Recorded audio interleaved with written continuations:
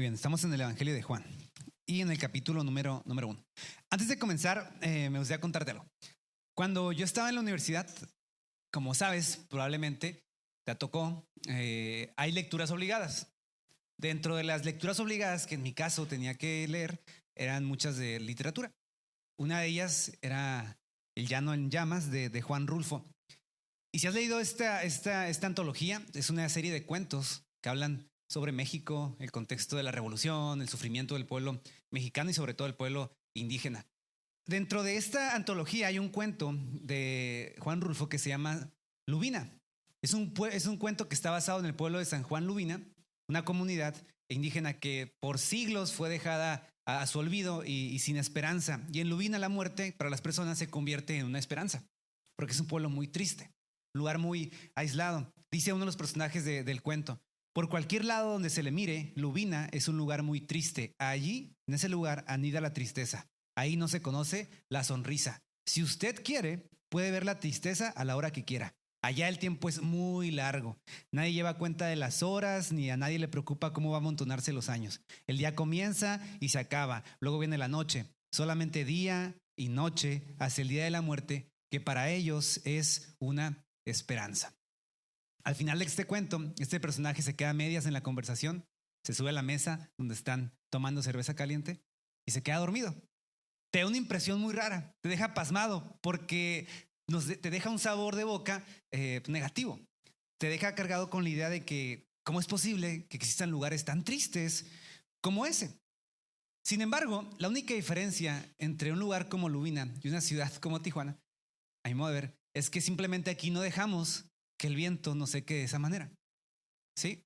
Porque si dejásemos nuestra ciudad en la indiferencia, en el estado natural de las cosas, aceptando la naturaleza corrupta y oscura de este mundo, no tardaría mucho tiempo en que una ciudad como esta, tan grande, poblada y dinámica como es, fuera un gran Lubina, abandonado, sin propósito, lleno de oscuridad. Te voy a dar un ejemplo bien claro. Lo leí ayer en el periódico. En la ciudad de Tecate hay más o menos 189 policías, porque es un superpueblo, ¿verdad? Y decidieron el gobierno del estado hacerle una evaluación a esos policías.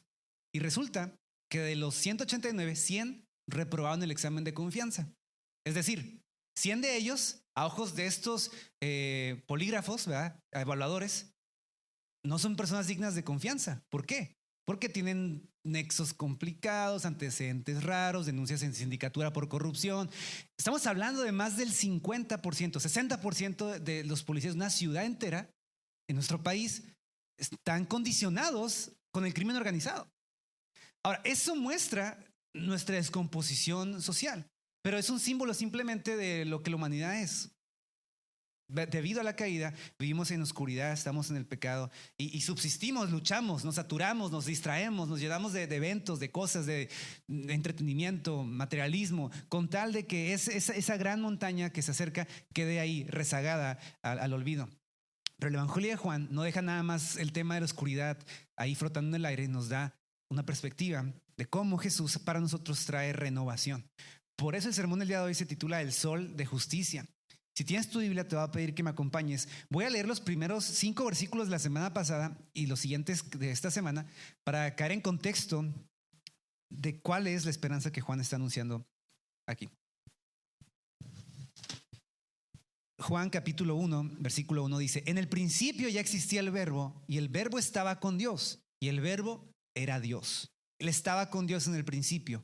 Por medio de él todas las cosas fueron creadas. Sin él nada de lo creado llegó a existir. En él estaba la vida y la vida era la luz de la humanidad. Esta luz resplandece en la oscuridad y la oscuridad no ha podido apagarla. Vino un hombre llamado Juan. Dios lo envió como testigo para dar testimonio de la luz, a fin de que por medio de él todos creyeran. Juan no era la luz, sino que vino para dar testimonio de la luz. Esa luz verdadera, la que alumbra a todo ser humano, venía a este mundo. El que era la luz ya estaba en el mundo, y el mundo fue creado por medio de él, pero el mundo no lo reconoció. Vino a lo que era suyo, pero los suyos no lo recibieron. Mas a cuantos lo recibieron, a los que creen en su nombre, les dio el derecho de ser hijos de Dios. Estos no nacen de la sangre, ni por deseos naturales, ni por voluntad humana, sino que nacen de Dios. Quisiera que oráramos. Señor, te pido en esta mañana, todos juntos reunidos ante tu palabra, que tú hables a nuestro corazón, Señor, que tú hables a nuestra mente, tú hables a nuestro espíritu, de modo que todo nuestro ser, Señor, por completo pueda entender tu mensaje y responder en fe a él, Señor. Todo esto lo pedimos en el nombre de tu Hijo Jesús. Amén. Este texto empieza con el testigo de la luz. Su nombre es Juan. Ahora, no pensemos que está hablando Juan de sí mismo, porque el autor de esta carta es el apóstol, este evangelio es el apóstol Juan. Pero a quien hace referencia aquí es Juan, al que conocemos en los evangelios como Juan el Bautista. Que Juan el Bautista tenía la misión, en el evangelio de Juan lo veremos más a detalle adelante, pero aquí en este punto se nos dice muy puntualmente que él había sido llamado por Dios con un propósito claro. Dios lo envió como testigo para dar testimonio de la luz, a fin de que por medio de él, es decir, de la predicación de Juan, todos creyesen. Pero Juan no era la luz, sino que vino para dar testimonio de la luz. Juan, a los ojos de Jesús, había sido el hombre más grande que había existido hasta ese momento. ¿Por qué? Porque Juan era la antesala de la revelación de lo más grande que había pisado este mundo, que era Jesús mismo. Pero Juan no era la luz. Él simplemente tenía el propósito de, por su predicación, por medio del bautismo para arrepentimiento, preparar al pueblo para que Jesús pudiera llegar a una tierra fértil. Lo increíble es que Cristo, el creador, que estos textos nos describen, el creador resplandeciente, pues no necesita introducción. ¿Has visto los programas donde el dueño de una empresa se hace pasar por un empleado y se mete a ver cómo trabajan sus empleados y siempre se pone como el empleado más bajo, ¿verdad? Y ve cuando los jefes son malos o empleados muy buenos. Y al final de cuando estás viendo ese tipo de capítulos es muy entretenido porque hay un anonimato de por medio. Y luego cuando hay una revelación de que es el dueño de la empresa, hay premios y castigos. Y por eso nos llama la atención ese tipo de programas. Jesús, el creador resplandeciente de este mundo, no entró encubierto al mundo. Y sin embargo, Dios decide que un mortal como nosotros, como Juan el Bautista, lo introduzca. El Hijo de Dios no necesitaba esa representación, pero Dios de alguna manera muestra aquí cómo su corazón es tan cercano al hombre, a nosotros los humanos, que Él está dispuesto a involucrarse con nosotros y a nosotros en sus planes. Y Juan tenía que anunciar que la luz venía. El último profeta del Antiguo Testamento fue Malaquías. Y Malaquías dijo algo muy significativo. Malaquías 4:2. Mas ustedes, a los que temen mi nombre, habla Dios, nacerá el sol de justicia y en sus alas traerá salvación. El último de los profetas del Antiguo Testamento. Hay más de 400 años de silencio donde ningún profeta había anunciado nada. Y ahora Juan dice, la luz viene. Es una referencia directa a que este sol de justicia que es Cristo estaba naciendo. Por eso el versículo 9 dice, esa luz verdadera, la que alumbra a todo ser humano, venía a este mundo. Jesús, el sol naciente, despuntaba en un nuevo amanecer.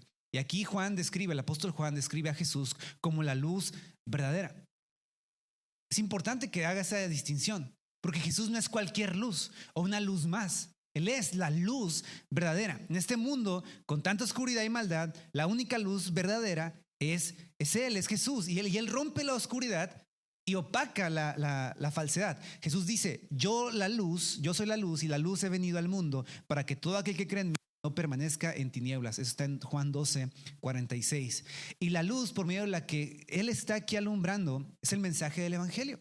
Es esta promesa que estuvo guardada por siglos, retenida, y que ahora Jesús revelaba como diciendo, todo lo que Dios prometió a lo largo de toda la historia de la Biblia se cumple en mí. Yo soy este sol, este nuevo amanecer. Y si tú has estado en un lugar muy frío, en un campo, por ejemplo, muy temprano, anhelas que salga el sol. Hay un salmo que dice que los centinelas, después de estar toda la noche en vela, anhelan que el sol nazca porque les va a dar calor. Una vez yo estaba en Bakersfield, California, unas 6 horas de aquí, más o menos 5 o 6 horas, y estaba haciendo un frío tremendo. Yo andaba con tenis en un campo muy bonito, pero no estaba preparado. Y recuerdo que cuando iba caminando en el césped, iba quebrando el hielo la capita de hielo que había de tanto frío que hacía. Y yo recuerdo que estaba que amanezca. Hay una ansiedad de que el sol saliera y brindara ese calor. Y Jesús aquí está resplandeciendo, rompiendo la oscuridad. Si sales al campo abierto en una noche despejada, puedes ver muchas estrellas. Y probablemente sean astros enormes, pero su lejanía es tal que no importa cuánto brillen, no pueden cambiar el panorama de la Tierra. Pero cuando el sol nace y cuando el sol sale en el amanecer, todo cambia. Dios de hecho dijo, será noche y cuando esté el sol será día. Algo tan significativo. Y es todo lo que está aquí representando Jesús, porque en esta densa oscuridad, ninguna lumbrera, por brillante que sea, por hermosa que se vea en el firmamento, tiene realmente luz. Solo Cristo puede brillar en nuestra vida. Pero ¿cuál es el problema de esto? ¿Cuál es el problema? Porque uno lo ve y dice, pues qué genial, el sol amaneció. Pero el texto nos dice que aunque Juan era un testigo de esa luz verdadera, que realmente resplandece, nosotros rechazamos la luz. Tenemos una tendencia a rechazar la luz. Versículo 10, el que era la luz ya estaba en el mundo y el mundo fue creado por medio de él, pero el mundo no lo reconoció. O sea, Jesús estuvo en medio de la humanidad, pero fue rechazado.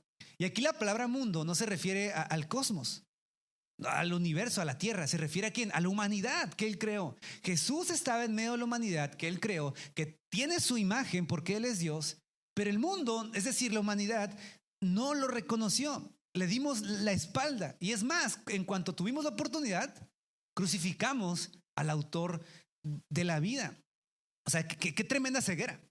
Porque nuestra ceguera espiritual es de que incluso estando el sol delante nuestro, nuestros ojos están tan cerrados y realmente no existen una visión espiritual que no podríamos nosotros realmente reconocerlo. Y nos aferramos al pecado, que es la oscuridad. ¿Por qué? Porque Cristo confronta el pecado.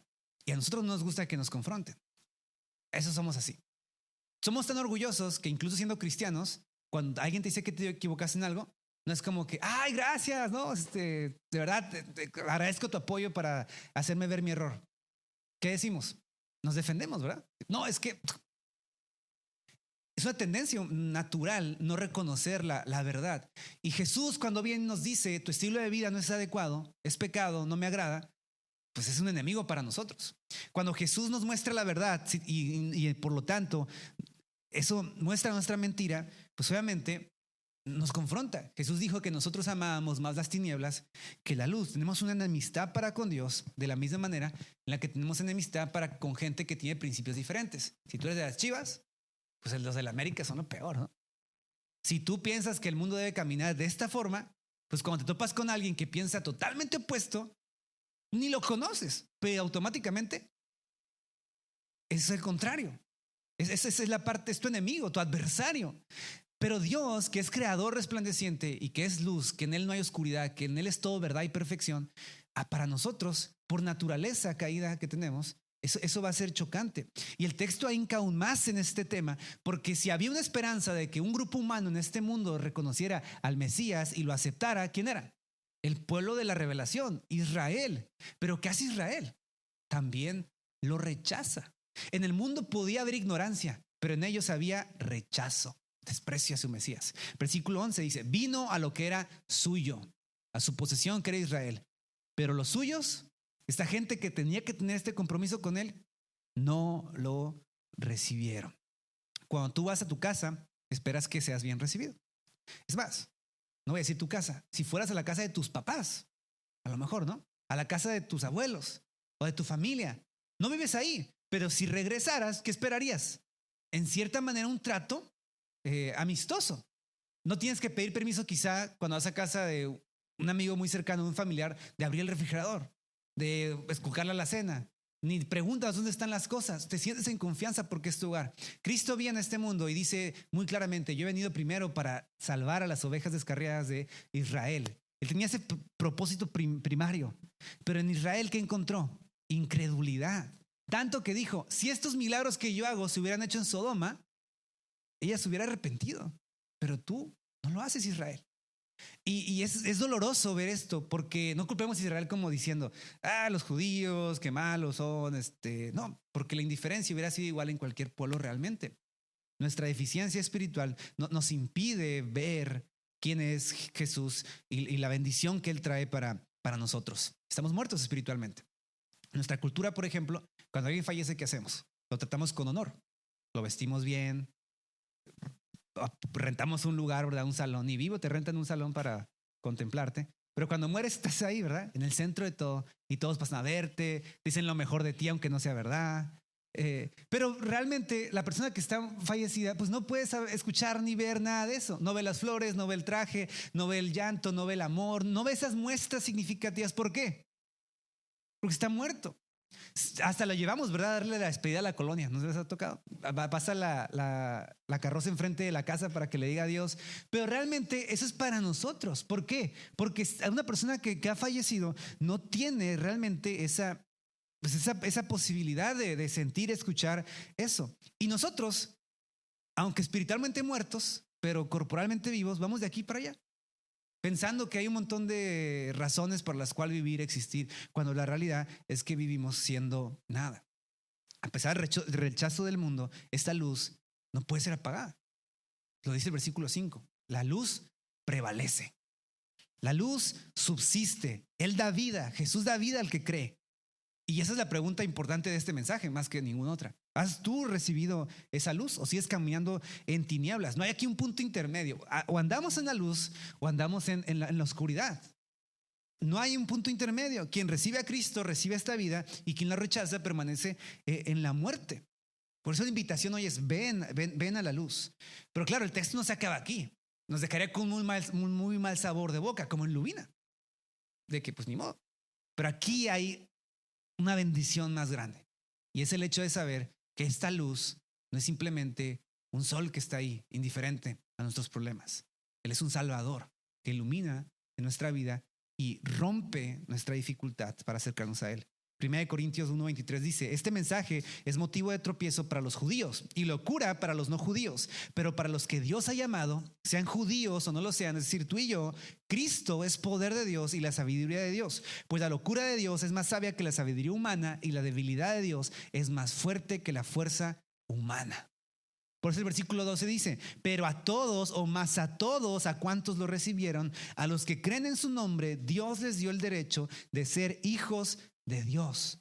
Muchos negaron la luz, pero a todos los que no negaron esa luz, a todos, dice el texto, sin excepción, todos los que reciben la luz de Cristo y su evangelio, Dios nos da, Jesús nos da, por su sacrificio, el derecho de ser hijos de Dios. Y Juan no deja aquí, no da lugar a especulaciones respecto a qué es recibir la luz. Recibir la luz no es algo sofisticado, sensual o esotérico, ¿no? De que abre tu vida a la luz, haz estos pasos. Recibir la luz es creer que Jesús es el Hijo de Dios, que Jesús es su nombre. Es lo que dice Juan: a todos los que lo recibieron, a los que creen en su nombre. Recibir la luz es recibir este verbo que es vida, que es verdad, es creerlo con todo nuestro ser y hacerlo nuestro. Y esa fe no puede ser una fe esporádica o una fe de un momento, es una fe continua. Te voy a poner un ejemplo. Es muy diferente la promesa que hace un hombre a una mujer en un altar delante de la autoridad civil o religiosa, con testigos, familia. Es muy diferente esa promesa de matrimonio eterno y amor y fidelidad que una promesa hecha por un par de novios en la parte de atrás de un carro. ¿Sí? Porque ahí en el calor del momento, te amo, voy a estar siempre contigo y nada nos va a separar. Pero esa promesa no es para nada igual a cuando estás ahí delante de Dios y dices: te voy a amar para toda la eternidad. ¿Cierto? Pues esta fe y este compromiso con Jesús no puede ser nada más el calor del momento de decir: me conviene. Si te aseguro aquí esto, obtengo algo de por medio.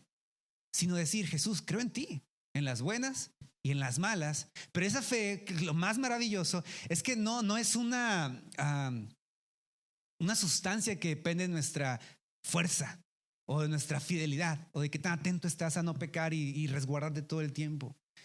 Ser un hijo de Dios es un regalo hermoso de parte de Dios. ¿Y qué implica?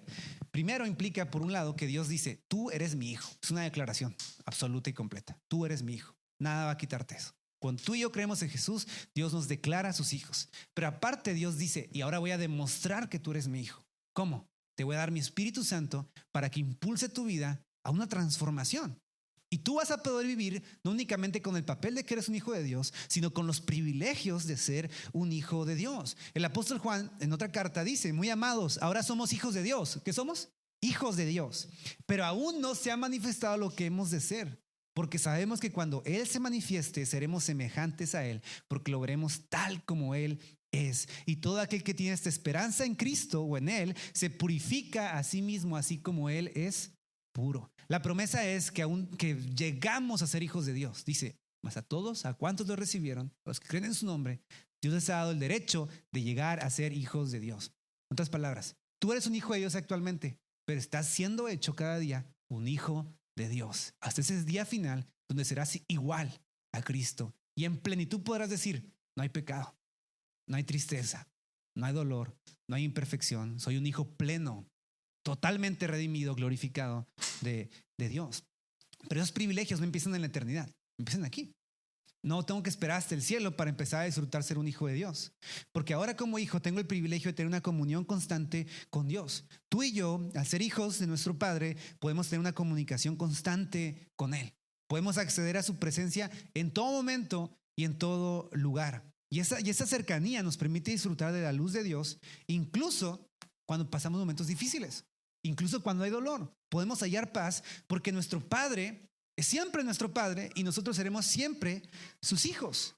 En contraposición, cuando tú y yo vivimos apartados de Dios, ¿qué vamos a experimentar? Soledad, desconexión, muerte. Vamos a estar esclavizados al pecado, peor, bajo la ira de Dios. Y ese vacío va a ser una desesperación silenciosa de que este mundo no tiene esperanza, porque es real. Si tú no tienes a Cristo y a Dios, no hay esperanza para este mundo. ¿Cuál es nuestra solución alterna? Pues la espiritualidad alternativa, ¿verdad? Buscamos maneras en las que nos sintamos bien con nosotros sin Dios de por medio. ¿Sí? Porque cuando lo pones implica la luz. Pero hay prácticas como la meditación, el yoga con enfoque esotérico, el mindfulness, ¿no? Y muchas veces esas cosas parecen muy bien, son muy espirituales, parecen tener mucho provecho. Pero al desconectarlas de Dios es querer a Dios sin sus beneficios. Tratas de encontrar en algo falso lo que solamente puedes encontrar en Dios. Pero aparte, tú y yo, al ser hijos de Dios, tenemos acceso a las posesiones de Dios. Todo lo que Dios tiene es nuestro. Jesús dijo, pidan para que reciban. No hay nada que Dios niegue a sus hijos que sea bendición para ellos. Y si no te da algo, es porque no es una bendición para ti. A lo mejor tú quieres un Mercedes. Dios dice, no, hijo, porque a lo mejor cuando se te van a secuestrar, ¿no? O sea, Señor, es que yo quiero esto, esto y esto. No es el momento, pero a los que aman a Dios, todas las cosas les ayudan a bien, porque todo lo que el Padre tiene, todo lo que Cristo ha dado es tuyo y es mío y está a nuestra disposición. De lo contrario, ¿qué vas a hacer? Vivir bajo la tiranía del materialismo y la desesperanza. Siempre tratando de alcanzar un sueño, alcanzar una meta, obtener algo para que ya te sientas pleno, te sientas feliz. Y si vivimos así, pues va a ser como Lubina. Te resignas a sufrir, a simplemente ser arrastrado por la indiferencia de este mundo. Tú y yo hemos sido adoptados como hijos. Eso implica que tenemos el favor del Padre, sus tesoros, pero también tenemos la guía del Espíritu Santo.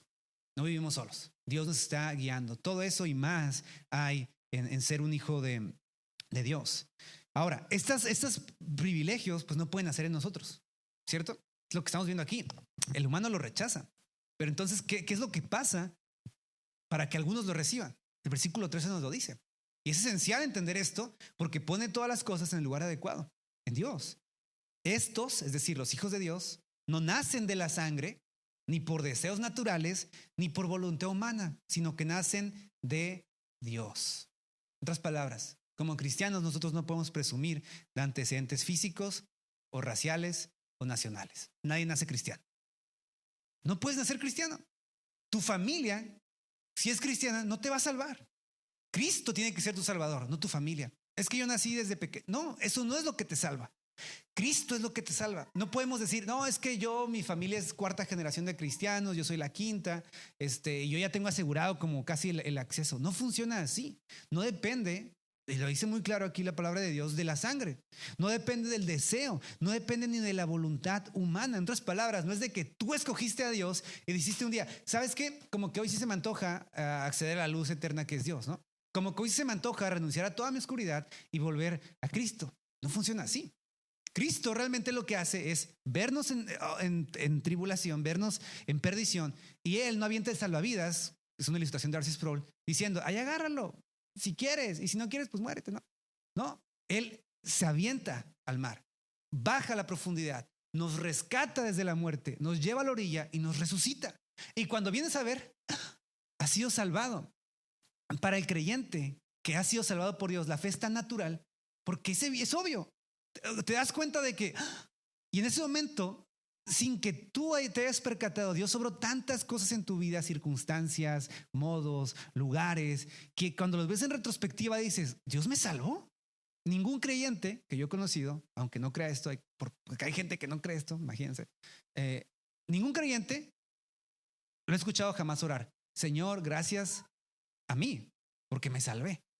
Porque yo tuve la gran idea de verte un día en la cruz y decir, eres mío, me agradezco por eso y pues gracias por hacer tu parte también. Nadie ora así.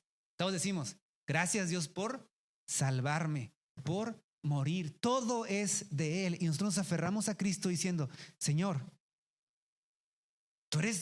yo nací de ti, no nací de mi voluntad, no nací de un montón de cosas secundarias. ¿De quién nací? Nací de Dios. Y eso te da descanso en tu alma porque significa que todo lo que ahora tenemos en Cristo y la seguridad de nuestra salvación es producto de Dios. Es producto de Dios. Si nuestro evangelio está encubierto, lo está para los que se pierden, porque el Dios de este mundo ha cegado la mente de los incrédulos para que no vean la luz del glorioso evangelio de Cristo, el cual es la imagen de Dios. Nosotros no predicamos a nosotros mismos, sino a Jesucristo como Señor y a nosotros como servidores de Él, porque Dios dijo que la luz resplandezca en las tinieblas. El Dios que dijo eso hizo brillar su luz en nuestro corazón para que conozcamos la gloria que resplandece en el rostro de Jesucristo. Así como en Génesis 1 Dios dijo, sea la luz. Dios dijo, en tu vida y en mi vida, sea la luz. Y lo que resplandeció ahí fue Cristo. Y así como en Génesis estaba generando una nueva creación, cuando Dios trajo la luz a tu vida y a mi vida, ¿qué fue lo que pasó? Una nueva creación se gestó a favor tuyo y a favor mío. Qué miserable es nuestra vida cuando no entendemos esto, de verdad. Porque en este mundo oscuro hay muchos satélites que brillan. Muchas estrellitas, muchas cosas que tratan de mostrarnos la supuesta salida. Pero esos son satélites, roban la verdad de Dios, reflejan simplemente una parte de lo hermoso que Él es. Pero el evangelio en Cristo nos da acceso al sol de justicia, de modo que obtenemos ahí salvación. En este vasto océano que es el mundo, esas lucecitas son como los pescaditos. ¿Has visto en las películas que tienen un foquito, como un foquito aquí adelante, que atraen a otros pescaditos inocentes? Y ahí vas, a las fauces de la muerte, sin saber, pensando que ese es el camino. Pero es finalmente muerte. Solo Cristo puede darnos una luz genuina que cambie nuestras vidas por completo. Así que todo se lo debemos a Él. ¿Cómo no habríamos de adorarlo? Yo te invito, para terminar, a dos cosas. Primero, a creer en este evangelio. Créelo, aférrate a la luz de Cristo. Probablemente no tengan hay muchas cosas que no entiendes todavía o que no has resuelto todavía en cuanto a la fe cristiana, pero solamente el que camina el camino puede experimentar lo que es. Yo te puedo contar, ¿no? Cómo es Hawái, cómo es Cancún, pero si no vas nunca, pues nunca lo vas a vivir.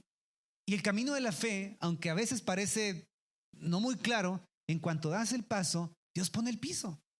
Así que si tú tienes dudas, con esas dudas entrégate a Dios. Dile, Señor, creo en ti, tengo dudas también, pero quiero que tú hagas un efecto en mi vida, de modo que yo pueda ver cómo tu luz rompe la oscuridad que hay en mi mente, que hay en mi corazón, que hay en mis circunstancias. Yo te invito a aferrarte a Cristo, creer en su nombre y disfrutar todo lo que Él te ha dado como derecho por la fe al ser hecho un hijo de Dios. Pero en segundo lugar, yo te invito a compartir esta luz. Juan el Bautista es el modelo perfecto de lo que nosotros hacemos. Reflejamos la luz de Cristo, no la nuestra. Él no era la luz, pero hablaba de la luz verdadera que venía a este mundo. Hay muchas luces falsas, pero como cristianos tú y yo tenemos una gran bendición y un privilegio, que es reflejar la luz verdadera. La gente no va a ver quizá una super explicación del evangelio en tu boca, pero quizá puede ver tu comportamiento, quizá puede ver tu corazón entregado, quizá puede ver cómo tu mente y tus pensamientos han sido transformados, y eso está mostrando cómo la luz está en Cristo, cómo la luz que de Cristo ahora está reflejándose en ti. Así que no temas en brillar. Matemos aquello que desagrada a Dios y entreguémonos por completo a lo que Dios nos invita a hacer y reflejar. y verás que en eso vamos a encontrar pues éxito en nuestra misión como cristianos. Yo sé que tú y yo tenemos gente que amamos y ¿por qué no? Para terminar, me gustaría que oráramos en estas dos vías. Primero por nosotros y después por toda esa gente que tú conoces y amas, pero que está en la oscuridad. Y podamos decir, Señor, sálvalos. Resplandece, así como resplandeciste en mi vida, resplandece en su vida. Utiliza mi predicación, mi vida. Utiliza la iglesia, utiliza los problemas, las circunstancias. Utiliza lo que tengas que hacer, Señor, para que tu luz brille. Podemos orar con fe eso. ¿Oramos?